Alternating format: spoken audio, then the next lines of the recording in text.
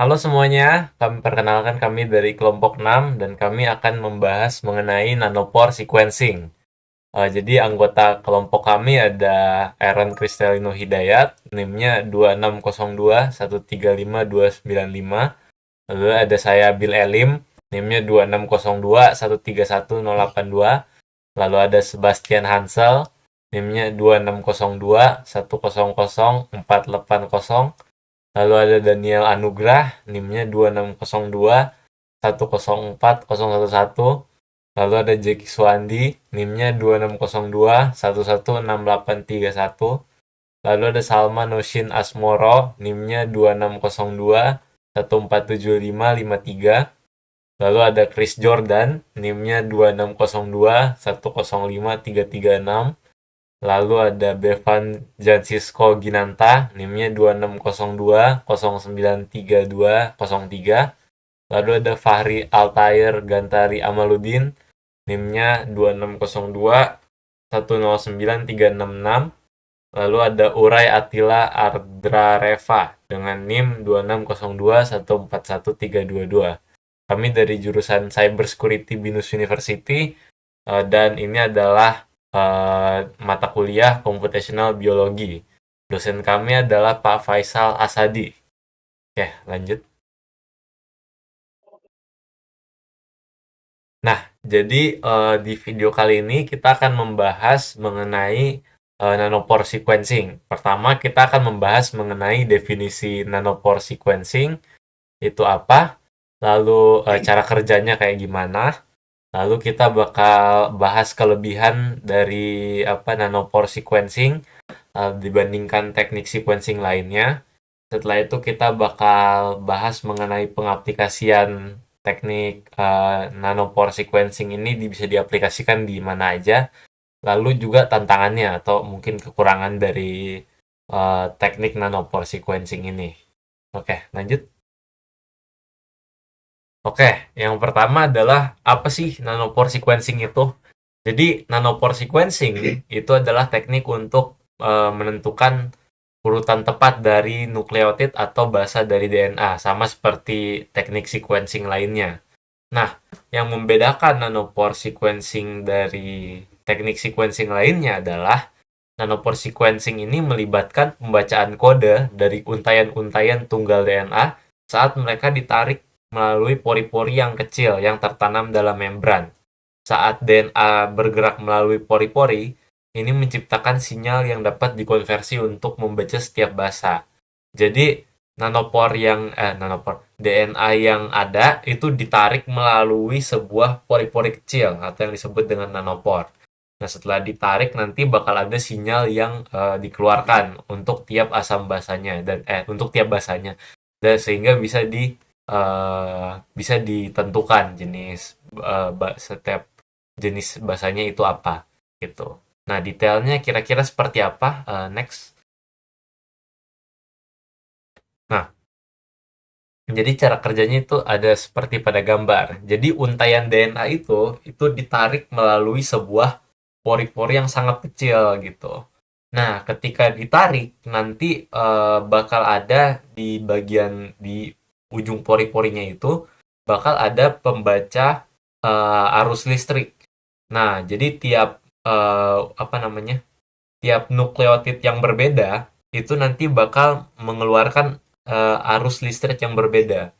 Jadi kita tinggal melihat aja perubahan arus listrik itu kira-kira sebesar atau sekecil apa. Nah, dari situ kita bisa menghitung kayak apa nukleotid DNA yang melewati pori-pori itu sebenarnya nukleotid apa gitu. Jadi uh, yang membedakannya adalah biasanya proses sequencing DNA yang lain itu DNA-nya dipecah jadi beberapa bagian kecil, lalu dilakukan sequencing, lalu disatukan kembali datanya. Nah, tapi kalau nanopore sequencing ini itu nggak perlu dipecah DNA-nya. DNA-nya itu bisa tetap aja di satu untai aja, panjang ditarik melalui pori-pori dan masih bisa dibaca gitu. Oke, selanjutnya. Nah, selanjutnya adalah kelebihan dari nanopore sequencing ini ya. Yang pertama itu ada real-time analysis.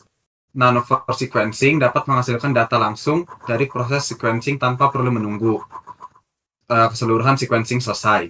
Ini berarti eksperimen bisa diberhentikan jika data yang didapatkan sudah dipuaskan. Ini tuh maksudnya uh, apa berbeda dari sequencing yang lain karena tadi kita langsung satu untayan masuk ke Nanopore itu, jadi kita nggak perlu nyari sequence yang lain gitu. Kita nggak perlu nge-sequence bagian-bagian DNA yang lain.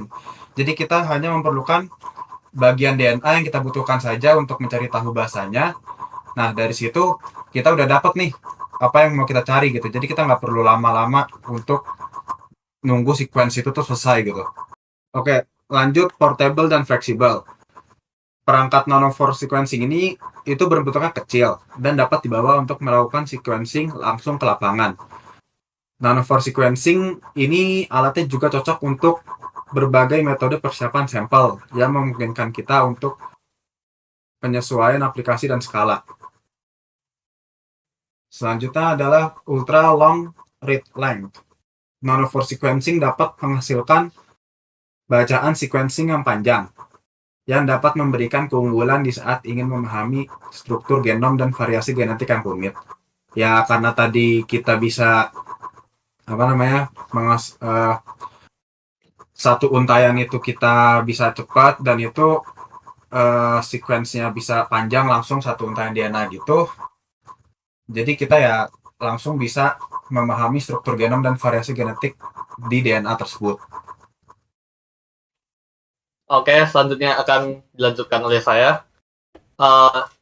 Pengaplikasian nanopore sequencing. Di sini terdapat beberapa pengaplikasian nanopore sequencing. Salah satunya seperti microbiome exploration. Microbiome exploration memungkinkan identifikasi spesies secara tepat, pembuatan genom tertutup dan informatif dalam metatranskriptomi atau sebuah studi mengenai ekstraksi dan analisis mRNA metagenomik yang memberikan informasi tentang regulasi dan profil ekspresi komunitas mikroba kompleks yang ada dalam sampel lingkungan.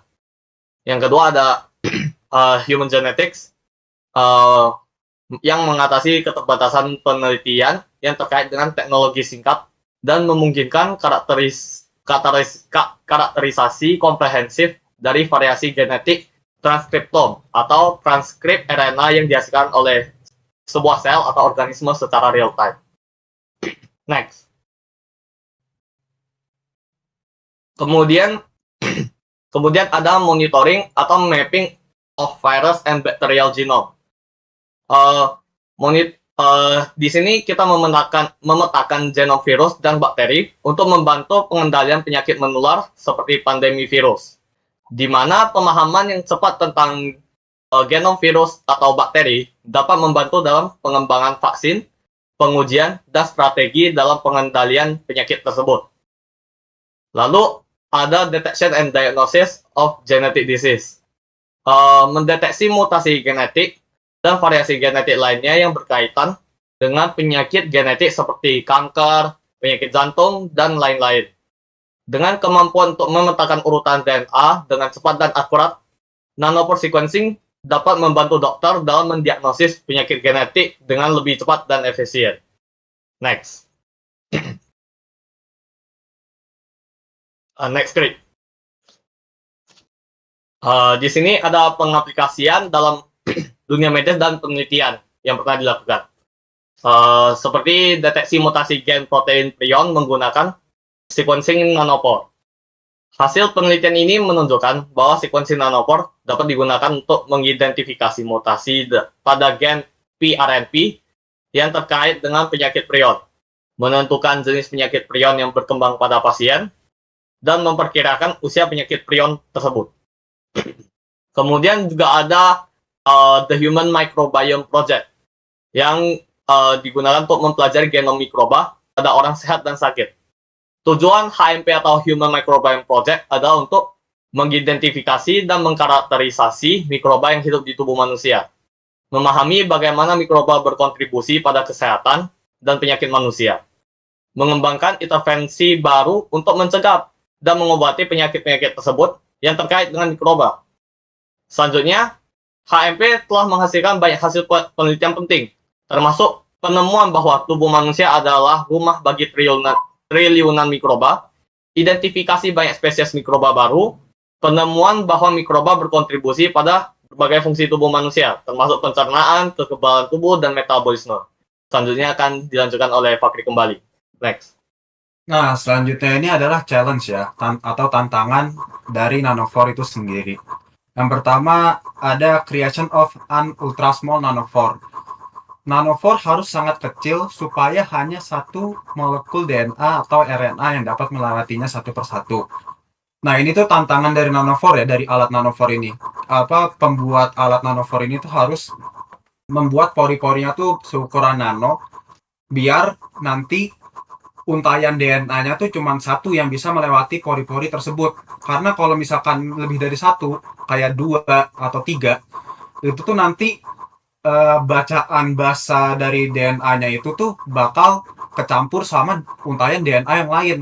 Nah, di situ nanti kalau kayak gitu, peneliti atau yang melakukan penelitian pasti bakal bingung ini jadinya tuh apa gitu, bahasanya tuh apa yang dimiliki oleh DNA atau RNA ini. Selanjutnya adalah accurately sequencing low complexity regions. Ini tuh pengurutan nanopore akan mengalami kesulitan dalam mengurutkan wilayah dengan kompleksitas rendah secara akurat. Hal ini dikarenakan oleh sedikitnya variasi pada pada sinyal listrik pori-pori ketika dasarnya tidak berubah. Ini tuh maksudnya tuh kan di dalam satu untayan DNA itu ada beberapa wilayah yang bahasanya itu nanti akan menghasilkan genetik manusia, bukan menghasilkan tapi bisa ditranslate kayak ini tuh genetik manusia A ini tuh ada apa aja gitu genetiknya gitu. Nah, sedangkan di DNA itu ada beberapa wilayah yang bahasanya tuh sama gitu. Kayak guanin. Nah, itu akan menjadikan kesusahan karena wilayah A sama wilayah B tuh sama gitu. Jadi peneliti akan sulit untuk membedakan ini wilayah A atau wilayah B atau satu wilayah gitu. Nah, selanjutnya adalah pembuatan nanopore harus tipis untuk memungkinkan lewatnya molekul tunggal. Nah, ini lanjutan dari yang creation of an ultra small nanopore itu ya. Membran nanopore itu harus sangat tipis dan kecil biar hanya satu molekul DNA atau RNA yang bisa lewat gitu, satu persatu. Nah, ini ada sebuah quotes dari Stephen Hawking. With genetic engineering, we will be able to increase the complexity of our DNA, and improve the human race. Ini tuh maksudnya dengan